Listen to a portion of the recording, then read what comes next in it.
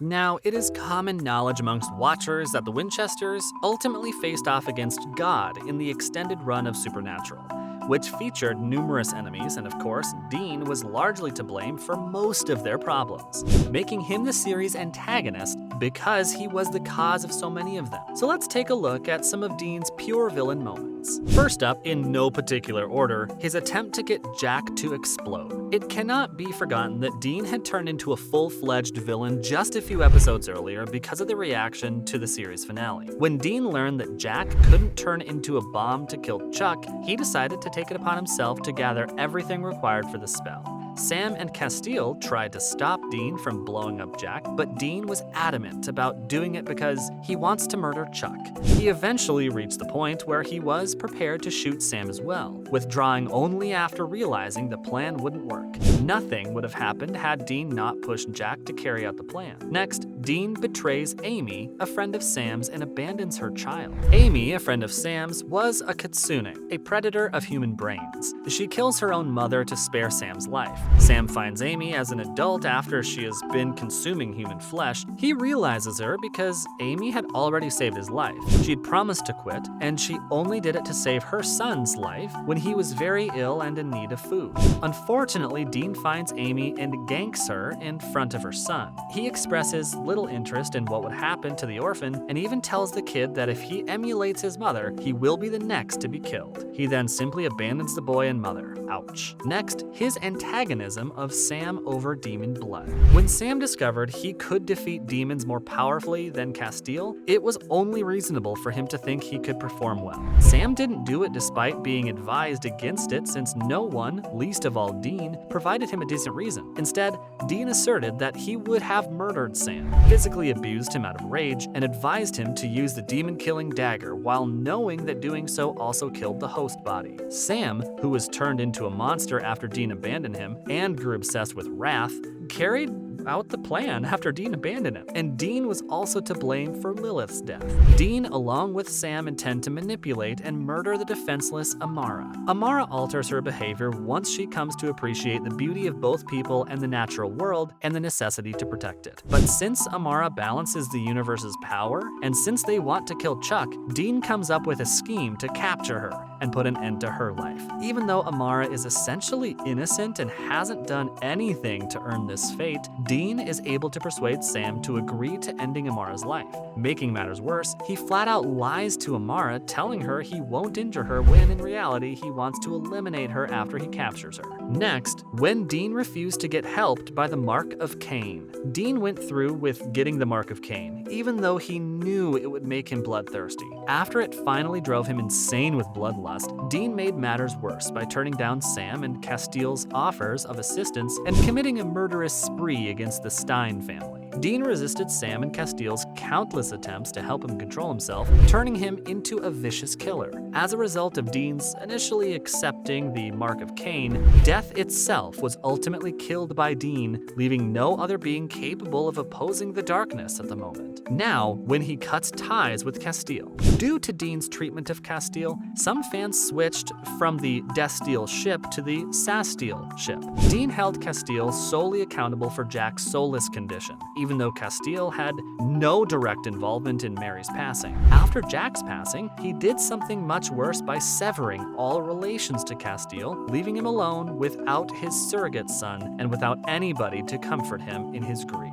Dean left to spend months alone after inflicting Castile with more harm than any adversary had ever done. Now, when Dean threw Castile out of the bunker, another incident that Destile supporters would not call their favorite is this one. Had Dean not expelled Castile from the Men of Letters headquarters, the entire Gadriel saga would not have occurred. Dean told Castile he couldn't stay, even though he had turned human, which meant he was powerless and could starve to death. Dean did this while concealing the fact that Ezekiel had ordered him to. Gadriel forced Dean to expel Castile on a false premise, knowing that Castile would expose him as a phony. Castile was not present to reveal Gadriel's truth, but Dean didn't give a damn about their friendship and kicked him out, setting up Kevin's death. Now, this next moment truly highlights Dean's villain status. When Dean learned that the soulless Jack had killed Mary, he became filled with revenge in what ended up being a very despised plotline. Dean ignored that he'd already absolved soulless Sam of all his numerous heinous crimes and became fixated on killing Jack. Then, to impress Jack there permanently, he coerced Sam into tricking Jack into entering the Malak box. Sam expressed regret, but Dean was happy and consented to murder Jack when Chuck gave him the weapon to do it. Jack didn't care that he had sacrificed his soul to save Dean from Michael. Also, when Sam frees the darkness so she's able to save just Dean at the expense of thousands of people. Sam learns that a spell from the Book of the Damned can remove Dean's Mark of Cain, but he also learns that doing so will let the darkness loose. He has even been told that doing so will devastate Earth.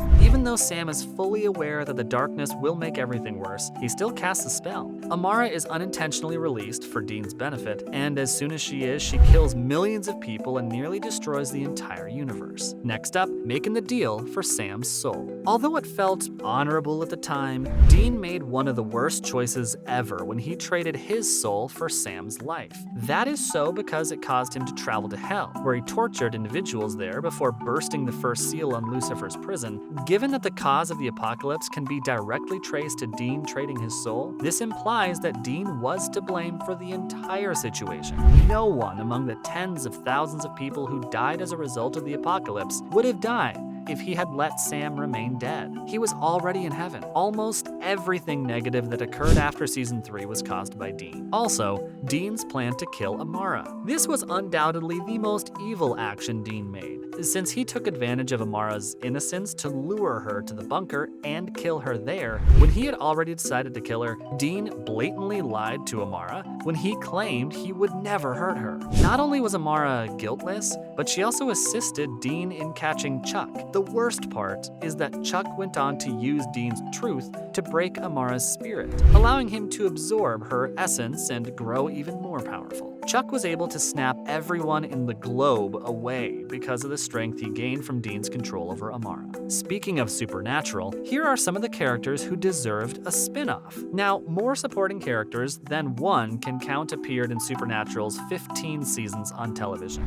Some stood out above the rest, while others had such satisfying conclusions that there was no need to see them again. However, some of the remaining characters would be more than happy to continue their quest in some kind of spin-off, and many viewers would greatly appreciate this. So, who were the ones who deserved some kind of spin-off? First up, in no particular order, Adam. Given that Adam was constantly killed off in the series or stranded with his brothers who didn't care what happened to him, it seemed that the writers intended for him to serve as the show's eternal punching bag. Adam's body is where Michael was last seen blowing up, but Jack claims to have brought him back with the rest of humanity. Adam would be in a great position to embark on a voyage of self-discovery, and it would be intriguing to watch him forge his own path in life now that he's free from supernatural influence. Next up, Claire. One of those supporting characters, Claire thrived in the episodes where she was the main character. She didn't perform well in the Wayward Sisters scenario, but if she's in charge of her own spin-off series, she can really shine.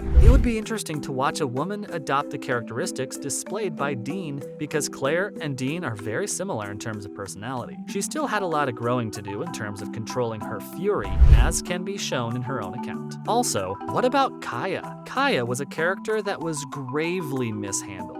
Both Kayas were pretty tamely murdered off, and an alternate Kaya just appeared out of nowhere. By introducing a spin-off on the two versions and their experiences, the series can correct this error. Since this is the supernatural realm, it's simple to arrange Kaya's alternate resurrection point. Considering a program with characters who are the same person yet come from various universes is fascinating. Without a doubt, this notion can lead to a good plot. Next up, Eileen. She and Sam had a great relationship, making them one of the top show couples. However, Eileen's conclusion could have been more specific because it wasn't apparent if she was the lady Sam was married to in the conclusion. If that's not the case, Eileen may succeed on her own just fine. Since she was initially revealed to be a hunter, there is still some unexplored information regarding her past. Eileen can be seen using her experience to aid others on her solo missions because she was resurrected. And finally, Samuel Colt. The Samuel Colt series has been discussed for a lot of years. years, and he was the designer of one of the most lethal weapons in the series. Colt's show would be awesome because it would be in the Western genre. It could be a good idea to include an anthology story about how the gun comes into the hands of a new owner, starting from the moment Samuel Colt made it to trace the weapon's history. Unfortunately, guys, that's all the time we had for today. Make sure to like and subscribe to the channel, and as always, thanks for watching.